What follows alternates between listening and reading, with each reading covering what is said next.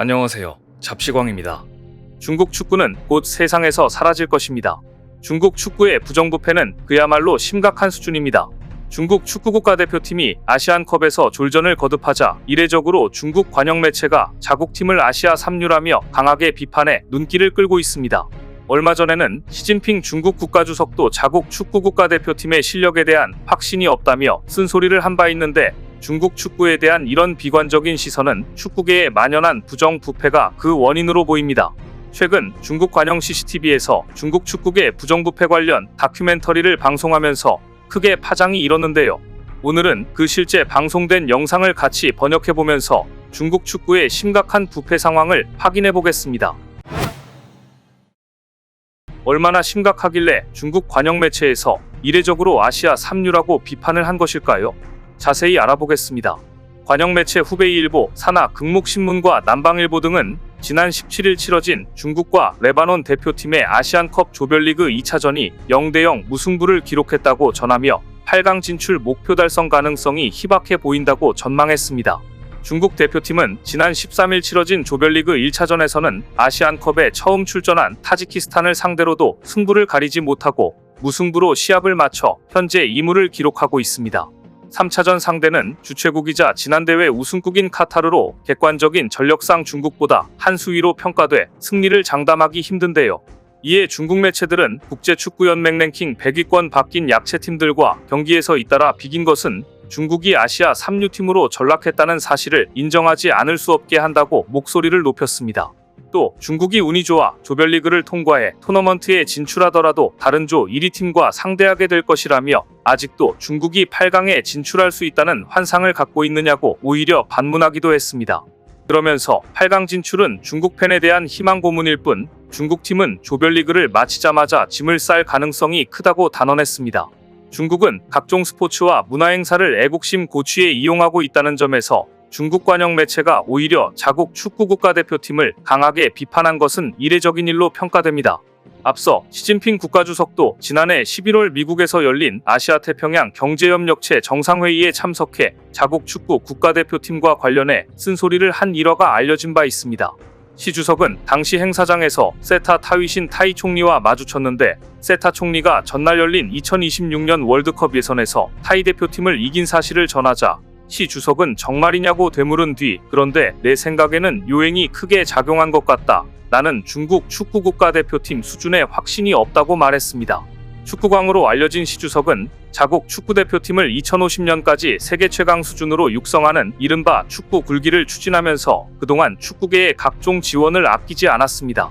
하지만 현재 중국 축구계는 만연한 승부 조작과 뇌물수수 그리고 매관매직 등 부정부패 행위가 드러나 사정 당국의 대대적인 조사가 벌어지고 있습니다. 중국 안팎에서는 이런 부정부패 행위가 국가 차원의 전폭적인 지원에도 불구하고 중국 축구계의 발전을 가로막고 선수들의 실력을 갉아먹고 있다는 지적이 나오고 있는데요. 관영 방송인 CCTV가 최근 방영한 축구계 부정부패 관련 다큐멘터리에 따르면 지난 2022년 11월 체포된 리태 전 축구 국가대표팀 감독은 대표팀 감독이 되기 위해 뇌물을 상납했고, 감독이 된 뒤에는 다시 뇌물을 받고 실력 미달의 선수를 대표팀으로 발탁했습니다. 그 밖에도 승부 조작을 위해 상대팀 선수와 코치는 물론 심판도 매수하는 등 축구계 비리가 일부에 국한되지 않고 광범위하게 퍼진 사실이 드러나며 비난의 화살이 쏟아지고 있습니다. 실제 CCTV에서 방영한 다큐멘터리 영상 일부를 같이 확인해 보시겠습니다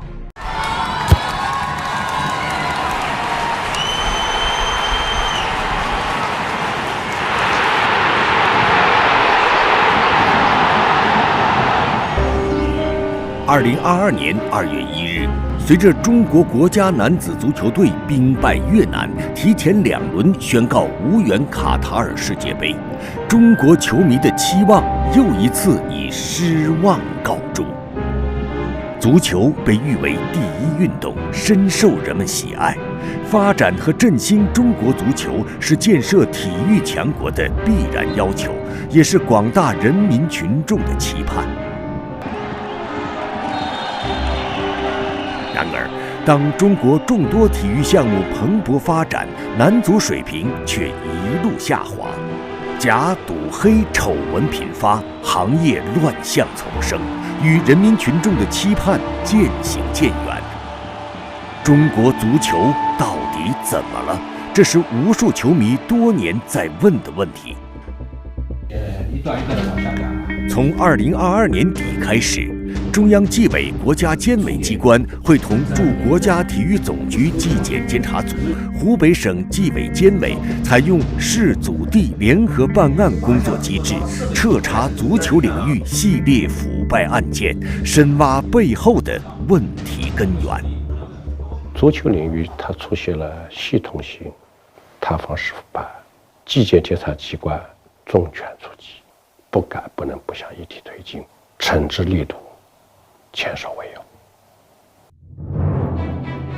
2022年11月，中国国家男子足球队原主教练李铁被监察机关立案调查，足坛反腐由此拉开大幕。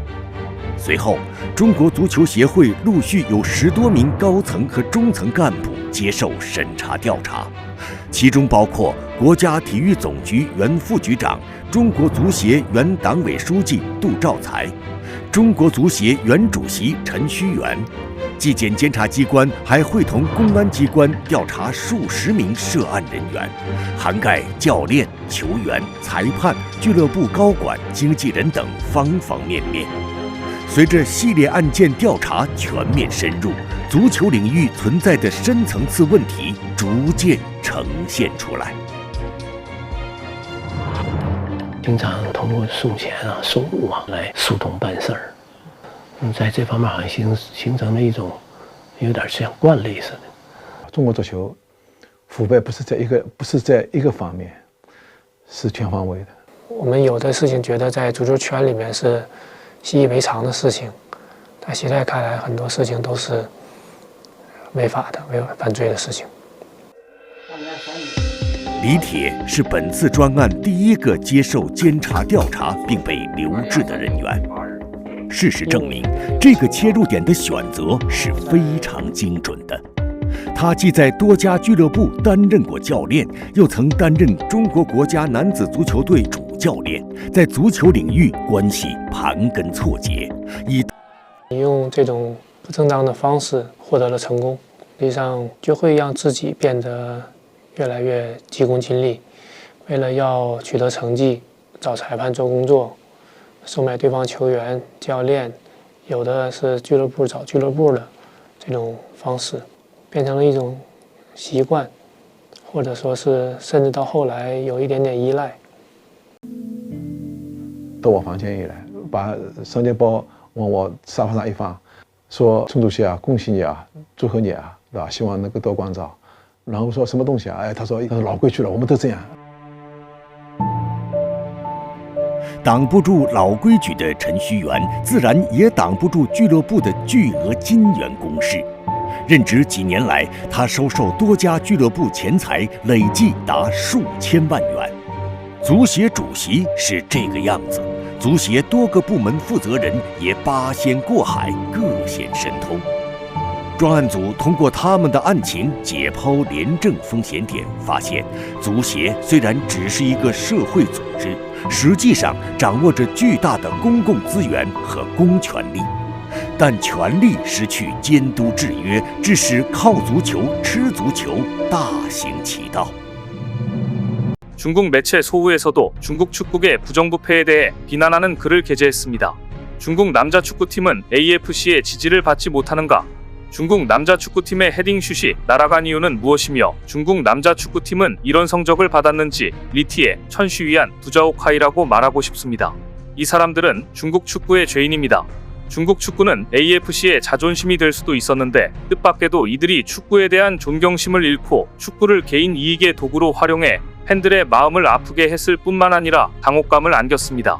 다들 알고 있는 아시안컵이 원래 중국에서 열렸지만 두자오차이, 천슈위안이 아시안컵 개최를 거부해 AFC가 난감해졌고 결국 카타르가 아시안컵을 따냈습니다. 동시에 중국 축구협회에서 반부패 스캔들이 터져 AFC도 수치심을 느꼈습니다.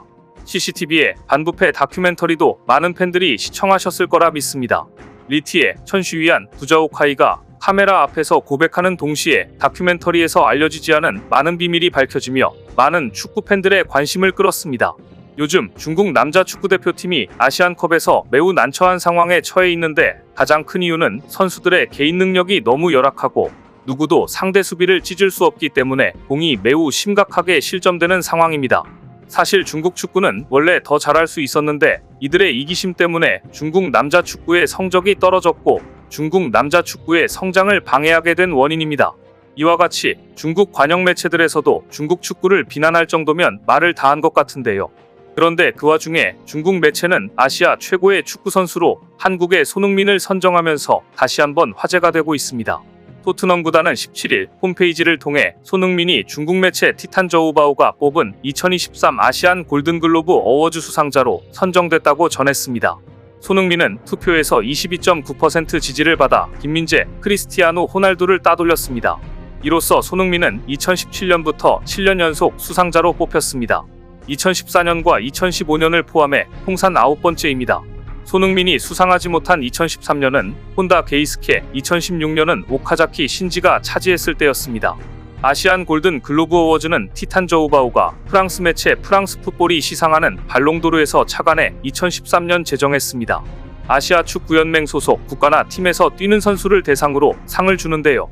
특히 호날두는 지난해 연간 기준으로 사우디 프로리그에서 31득점, 사우디아라비아 킹스컵에서 1득점, 아시아 축구연맹 챔피언스리그에서 3득점, 아랍 클럽 챔피언스컵에서 6득점을 올렸고 A매치에서 10득점을 추가했습니다.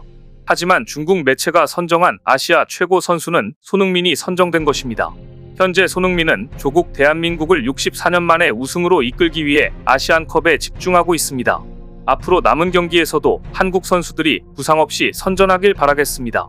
또 문제가 심각한 중국 축구가 과연 16강을 갈 수 있을지 아니면 바로 탈락할지도 관심 있게 지켜보도록 하겠습니다. 오늘 준비한 소식은 여기까지입니다. 댓글을 통한 여러분들의 많은 의견 기다리겠습니다. 시청해주셔서 감사합니다.